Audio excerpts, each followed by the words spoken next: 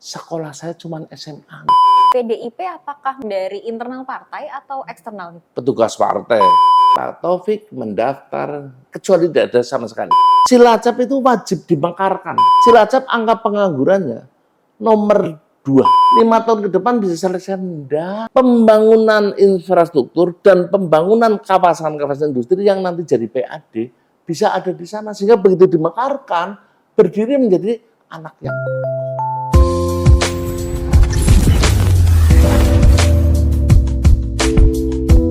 Halo, pembaca Serai News, apa kabar? Pastinya hari ini kabarnya baik-baik saja. Nah, hari ini di Serai News sudah kehadiran salah satu tokoh politik, Ketua DPRD Kabupaten Cilacap, Bapak Taufik Nurhidayat. Selamat datang, Bapak. ya. Mungkin boleh menyapa dulu. Assalamualaikum, selamat siang buat semuanya masyarakat Kabupaten Cilacap dan sekitarnya. Oke, nah seperti yang kita tahu di tahun 2024 ini cukup banyak daerah di Indonesia, bahkan hampir semuanya mencari the next leader atau pemimpin selanjutnya nih. Nah, Cilacap ini menjadi salah satunya ya Pak yang untuk akan ikut kontestasi Pilkada Cilacap 2024. Dan salah satu partai politik yang akan ikut bertarung secara sehat adalah PDI Perjuangan. Insya Allah. Kalau boleh tahu nih Pak, sebenarnya langkah PDIP sendiri untuk Pilkada Cilacap 2024 ini seperti apa? Terima kasih. Jadi seperti kita ketahui bahwa Pilkada serentak November tahun 2024, Cilacap masuk di dalamnya tentunya semuanya. Dan PD Perjuangan pastilah partai politik karena peserta pemilu adalah partai politik. Pilkada masuk dalam kategori partai pemilu, maka PD Perjuangan masuk. Dan kalau hitungan kursi, PD Perjuangan bisa mengusung sendiri. Tapi apakah mengusung sendiri? Oh tidak, karena kita membutuhkan menang dalam memberikan ide. Maka kita pun akan bersama dengan teman-teman partai yang lain. Oke, nah saat ini kan untuk Pilkada Cilacap khususnya itu sudah ada 2 kandidat yang sepertinya kemungkinan besar akan maju di Pilkada 2024. Tapi ini PDIP kok masih ayam-ayam aja nih, ada apa ini Pak? Ada strategi atau seperti apa? Iya, wajar ya kalau masyarakat melihat masih ayem ya. Karena apa? Masyarakat kan menunggu sajian, suguhan dari partai politik yang punya kewenangan mengusung selain independen. Independen sudah selesai. Nah, maka ditunggu ini pasti. Nggak boleh disalahkan masyarakat menunggu. Sajiannya lebih dini akan lebih mudah mengkoreksi calon pemimpinnya. Nah, tapi PD Perjuangan apakah sudah? Kita sedang berproses. Sedang berproses, bahkan perintah Ketua Umum Ibu Mega nyampaikan, kalau kamu punya calon, kalau kamu cukup mengusung calon, atau kamu sudah kerjasama dengan partai lain dan cukup, kamu jangan membuka pendaftaran. Jangan kau bohongi rakyatmu. Kau sudah punya jago, sudah punya teman koalisi atau teman kerjasama, masih membuka pura-pura dilarang membohongi rakyat. Tapi kalau belum punya, segera buka. Dan PD Perjuangan sudah membuka. Sudah membuka pendaftaran, hanya tadi kita belum selesai dalam proses. Kalau ada yang terlihat, saya pikir nggak cuma 2 loh.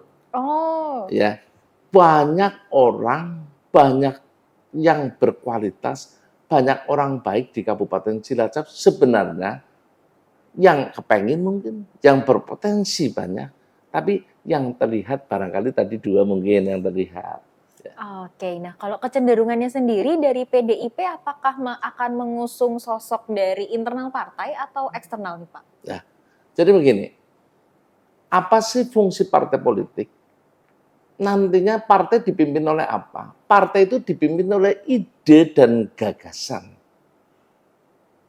Saya ketua partai mengkoordinir ide gagasan menjadikan masyarakat sejahtera. Kadang banyak pengertian yang salah. Petugas partai, ya kan? Sebenarnya petugas partai, petugas ide gagasan menjadikan Cilacap, misalnya Cilacap, menjadi sejahtera, menjadi baldatun, thayyibatun, warubun ghafur. Tapi karena yang pertama barangkali kurang pengertian yang dimaksud petugas partai, wajar kalau ada yang kurang suka. Nah, untuk membuktikan ini, yang utama pasti kalau bisa internal, Oh, kader. Tapi kalau kadernya tidak bisa, apa orang yang eksternal tidak bisa membuktikan? Bisa. Orang baik di mana-mana banyak, orang Cilacap banyak. Ya. oke. Nah, tadi kan sempat disebut nih Pak bahwa sebenarnya yang penting itu adalah gagasan atau idenya Ya. daripada sosoknya. Nah, kalau Bapak sendiri kira-kira di pilkada ini seperti apa Pak? Jadi perlu saya sampaikan kepada seluruh masyarakat Kabupaten Cilacap. PD Perjuangan membuka pendaftaran. Di DPC sudah tutup, tapi DPP dan DPD masih membuka. Yang ingin saya sampaikan, Pak Taufik mendaftar sebagai caleg dan terpilih.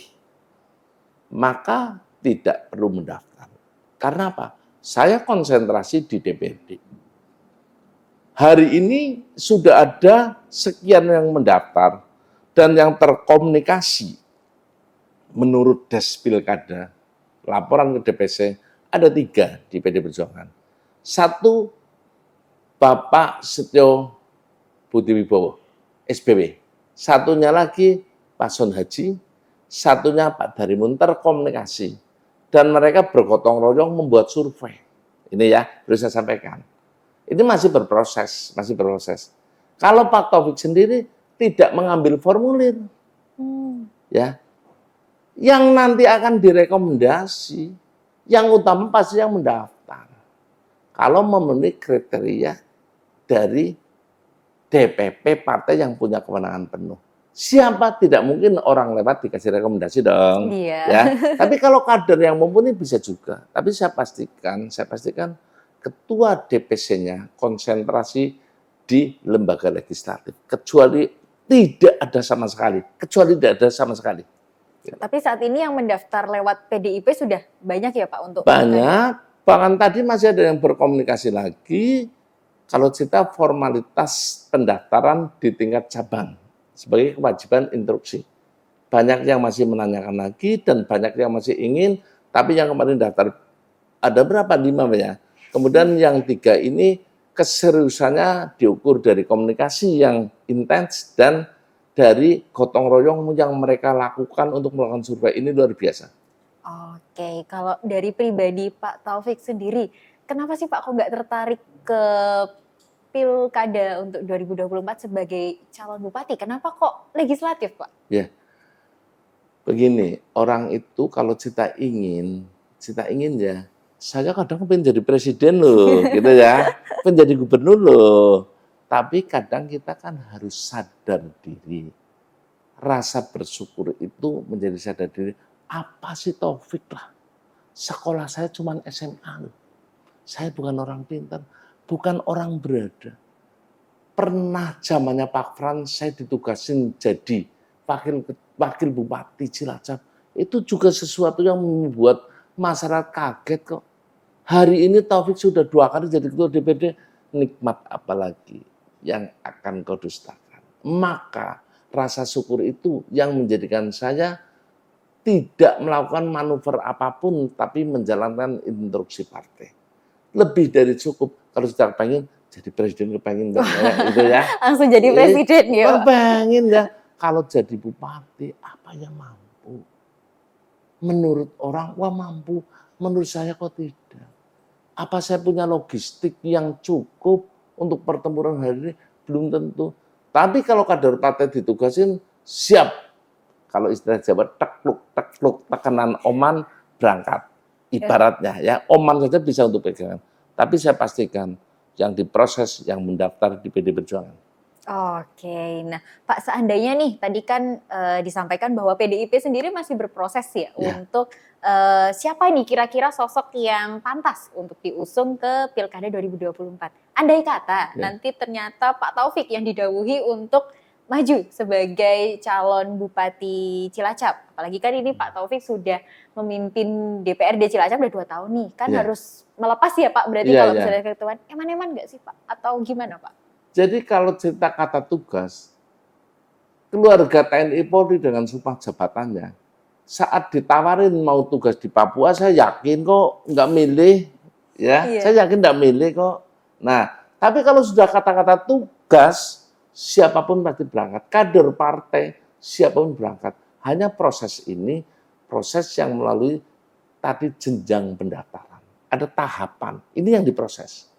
Apakah nanti DPP punya nanti kebijakan yang lain, itu DPP. Tapi saya pastikan sebagai ketua cabang, yang diproses adalah yang mendaftar, baik di PD Perjuangan, di cabang maupun di PD, atau mungkin di DPP. Dari sisi PD Perjuangan. Kalau nanti kita kerjasama dengan partai lain, itu nanti akan dibicarakan antar partai. Oke, jadi apakah ada kemungkinan nih dari PDIP, misal nih progres itu sudah berjalan cukup lama, tetapi ternyata sosok yang diinginkan oleh PDIP, sosok yang merepresentasikan Kabupaten Cilacap, ternyata PDIP merasa kok kayaknya nggak ada nih yang daftar lewat PDIP. Apakah kemungkinan PDIP akan bergabung dengan koalisi lain atau seperti apa, Pak? Tepatnya ya, menurut saya, proses jalan. Kewenangan itu mengukur orang itu siapkah untuk tempur, siapkah untuk memenangkan, atau siapkah membumikan ide, itu sekali lagi ada di Dewan Pimpinan Pusat.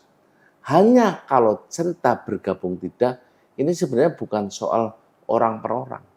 Semua hal kemungkinan sangat bisa terjadi. Saya ketemu banyak tokoh, ada PAN, ketuanya dan pengurusnya datang ke rumah diskusi, Pak Hanafi. Ada ketua PKS, pas lebaran kita ngobrol ke rumah ada. Kemarin bahkan saya mungkin saya ngobrol dengan Pak Tato, Bupati 2 periode ya, dengan Bu Teti, diskusi banyak hal. Jadi ini masih 1 bulan lebih, proses itu pasti akan berjalan, proses air mendidih. Ada yang mulai panas, ada yang mulai gemrengseng. Tapi yang kita ambil adalah setelah matang, mendidih 100 derajat dan tidak langsung diminum. Akan dibiarkan untuk agak menjadi hangat baru diminum. Kalau hari ini meminum, menurut saya proses di semua partai masih gemrengseng. Nanti 20 Juli, 20 Agustus, saya yakin ini sudah 100% mendidihnya. Tinggal ditunggu sampai 27 Agustus. Baru ini diminum. Menurut saya untuk masyarakat menyajikan suguhan yang bisa membawa Cilacap menjadi lebih sejahtera. Oke, jadi masyarakat mungkin diminta untuk bersabar gitu ya. Yang penting kan alon-alon, yang penting kelakon gitu Pak. Iya kan, jadi bahwa progresnya ini PDIP sedang menyiapkan menggodok sesuatu nih. Oke, nah Bapak, ini kan Bapak sudah 2 periode nih, memimpin menjadi wakil rakyat, terutama untuk menjadi ketua DPRD Kabupaten Cilacap. Tentu selama 2 periode memimpin, pasti itu bukan masa yang sebentar, pasti menemukan cukup banyak permasalahan di Kabupaten Cilacap. Kalau menurut Bapak sendiri, kira-kira masalah yang paling urgent untuk diselesaikan, yang paling penting untuk diselesaikan, masalah apa Pak? Menurut saya gini, kepada semuanya ya, barangkali masukan sebagai ketua DPRD ya, bukan sebagai orang yang nanti mungkin punya jago, yang mungkin entah itu 1% jadi calon, jangan dilihat itu. Saya sebagai ketua DPRD, saya sebagai masyarakat Cilacap ini. Masalah yang utama adalah bagaimana sudahkah terselesaikan berbangsa bernegara kita sampai merdeka ada di dalam pembukaan UUD 45. Nggak usah visi misi terlalu ngoyo-woro, nggak usah. Kan ada di dalam pembukaan UUD 45. Mencerdaskan kehidupan bangsa, itu ada. Menuju ke Jakarta sudah ada. Lewatnya mana, itulah ide gagasan. Itu 1. Kemudian sanggup apa enggak? Enggak sanggup, maka kita sebagai pengambil kebijakan, jangan jadikan Cilacap tidak pernah bisa mencapai gara-gara kita nggak bijak, pengambil kebijakan yang nggak bijak. Yang pertama, bukan pilkadanya. Cilacap itu wajib dimekarkan. Terlalu luas itu. Kalau sudah dimekarkan, tujuan berbangsa ini tadi, termasuk orang supaya hidup layak. Dengan apa pekerjaan? Cilacap angka penganggurannya nomor 2 Se-Indonesia atau se-Jawa Tengah. Jawa Tengah? Kalau nggak salah bersama dengan Tegal. Nomor 1 Brebes. Tegal dengan kita nomor 2 tapi bersamaan, juara bersama. Nah ini problematika kita. Kan salah satunya terlalu luas. Dimekarkan wajib. Bisa mekar bagaimana terus langsung mengarahkan bangkrutlah Cilacap Barat, maka harus dialihkan. Maka RT RW yang sudah dibuat turunkan menjadi RDTR supaya pembagian zona-zona kawasan industri menjadi Cilacap Barat ada potensi ke depan. Kalau sudah ke depan harus dimekarkan. Nah PR yang sekarang angka pengangguran, kemiskinan ekstrim. Ada regulasi yang tidak bisa. Contoh, salah satu kemiskinan adalah soal banyaknya warga yang mempunyai rumah tidak layak huni. Nah, ini jadi problem kita. Undang-undang kita bisa masuk, nggak bisa PBD kita. Terus apa? Duduk bersama. Saya pernah jadi wakil bupati sebentar, jadi ketua pengentasan kemiskinan ya. Di sana pernah kita sampaikan pada stakeholder semua. Supaya apa? Supaya para pengusaha yang ada punya kewajiban CSR duduk bersama. Nah ini ke depan. Kewajiban mengentaskan kemiskinan berbagi dengan teman-teman BUMN, BUMD, dan yang lainnya ada di Cilacap. Nah, kembali tadi, permasalahan Cilacap terlalu banyak. Jalan saja. Kalau hari ini dihitung, plus minus jalan yang menjadi tanggung jawab bupati itu bisa 1 triliun. 5 tahun ke depan bisa selesai. Enggak, kalau kita enggak aktif ya. Bohong lah. Nah, maka dari itu, problem itu, maka para tokoh yang mau nyalon, para bupati yang nanti akan terpilih, tolong membangun Cilacap bukan hanya karena keinginan. Sudah ada pembangunan UD45, sudah ada RPJPN, ada RPJPD yang nanti insya Allah kita selesai di Pansus 41 itu tanggal 10 atau mungkin kalau lambat setelah pelantikan yang baru patokannya itu untuk 20 tahun. Bupati itu setelah jadi bupati punya visi misi janji politik yang dituangkan diikat menjadi perda RPJMD 5 tahun. Maka ini nggak boleh keluar dari konsep 20 tahunan. Ini juga harus tahu ya. Maka dari itu permasalahan Cilacap yang penting jalan, ekonominya, ya, kemudian pengangguran. Ini yang menjadi masalah utama. Stunting dan yang lainnya ini kan sebab akibat. Karena kemiskinan bisa menjadikan salah satu stunting tinggi, salah satu. Gitu enggak? Oke, nah ini kan salah satu yang disinggung tadi soal isu pemekaran wilayah di Cilacap ya Pak. Seperti yang kita tahu sebenarnya isu pemekaran terkait dengan wilayah Cilacap ini bukan hal yang baru. Kalau boleh tahu sebenarnya progresnya sampai saat ini tuh sudah sampai mana Pak? Ya, dulu sekali lagi saya pernah jadi wakil bupati ditanya di Majenang sama tokoh masyarakat isu pemekaran, saya setuju. Tapi waktu itu ada moratorium juga ya. Dan juga Pak Bibit sebagai gubernur waktu itu kurang sepakat. Sementara dari Ciamis ya, Mekar, Banjar Patoman, Mekar, banyak ya Pangandaran itu. Nah, kalau hari ini itu baru waktu itu suasananya keinginan masyarakat Cilacap Barat. Menurut saya bukan. Menurut saya kalau kepengen menjadi Cilacap sejahtera, dimekarkan. Kalau itu kita ibaratkan anak kita, jangan terus dimekarkan tanpa ada sebuah persiapan. Persiapan apa? Pembangunan infrastruktur dan pembangunan kawasan-kawasan industri yang nanti jadi PAD bisa ada di sana. Sehingga begitu dimekarkan, berdiri menjadi anak yang kokoh. Itu isu ya, tapi karena ada moratorium. Nanti kita lihat ya, kalau moratorium itu sudah dicabut, menurut saya bukan kebutuhan dari masyarakat Cilacap Barat, kebutuhan siapapun yang pengen Cilacap menjadi sejahtera. Oke, berarti kan soal pemekaran wilayah Cilacap ini antara pemimpin satu dengan pemimpin setelahnya ini kan harus sevisi begitu ya Pak? Ya. Nah, mungkin ada pesan ataupun pesan untuk pemimpin Cilacap selanjutnya terkait dengan pemekaran wilayah. Ya. Saya berpesan kepada siapapun karena garis Tuhan ada sebelum kita lahir. Siapa yang mau jadi bupati sudah ada kok. Kita aja lagi menjemput takdir. Maka jemputlah dengan suasana gembira, jadikan rakyatnya tetap guyup, beda pilihan. Ya, kenapa saya ngomong begitu? Munculnya rakyat tidak guyup bisa berangkat dari yang mau dipilih atau yang memilih. Ya, kalau dua sisi ini guyup, insya Allah terpilih menjadi pemimpin yang amanah. Kemudian pesannya kepada semua masyarakat Cilacap dan kepada juga para bupati, ini visi misinya tolong dibuka. Nanti bentar lagi DPD membuka public hearing ya.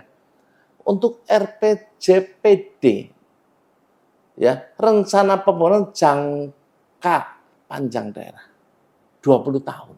Karena saudara siapapun jadi bupati, nanti akan membuat RPJMD 5 tahun. Landasannya kita lagi membuat RPJPN-nya sebagai konsideran sebagai yang di atasnya sudah dibuat. Jadi ini jangan nanti visi misi yang ngoyo-woro karena ini lagi dibuatnya. Maka pelajari ini dan tidak usah mempermasalahkan program satu calon dengan calon yang lain. Insya Allah kalau nanti dijemput pilkada dengan damai, akan lahir pemimpin yang bijaksana. Tapi kalau dengan nafsu, nanti lahirnya seperti Rahwana Dasamuka. Cilacap kita semua yakin, saya yakin, pasti semua menginginkan Cilacap menjadi kabupaten yang bercahaya, masyarakat yang sejahtera, kabupaten yang baldatun, toibatun, barobun ghafur. Oke, nah tadi kan pesan-pesan untuk pemimpin selanjutnya. Kalau sekarang pesan-pesan untuk masyarakat nih menghadapi Pilkada 2024, apalagi di tahun ini pemilih muda ini lumayan banyak. Nah, mungkin ada pesan untuk masyarakat. Ya, jadi hari ini pemilih pemulanya lebih banyak. Ya, pemulanya lebih banyak. Maka saya ingin sampaikan, adik-adikku sekalian, anak-anak muda, putra dan putri Cilacap, jangan malas. Orang baik tidak bisa sempurna, tapi yang terbaik di antara yang baik, pilihlah dengan mata hati. Ya, saudara menjadi tulang punggungnya Kabupaten Cilacap. Kami yang tua menyuguhkan contoh, menyuguhkan regulasi, menyuguhkan rasa keadilan. Maka demos kratos, kekuasaan rakyat, ini pestanya di 5 tahun itu. Jangan tidak kau gunakan.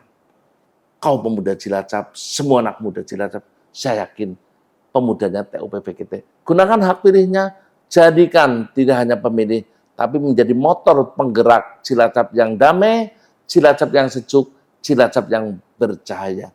Insya Allah, sekali lagi, generasi muda, milenial kita di Kabupaten Cilacap bukan kaleng-kaleng. Jemputlah, masa depan Cilacap ada di pundak saudara. Kami mengantarkan menjadi masyarakat, menjadi kabupaten sekali lagi yang baldatun, toibatun, barobun ghafur. Oke, baik. Itu tadi adalah diskusi singkat mengenai politik jelang Pilkada 2024. Selanjutnya mengucapkan terima kasih kepada Pak Taufik. Terima kasih. Oke, nantikan informasi dan diskusi lain selanjutnya di Serai News.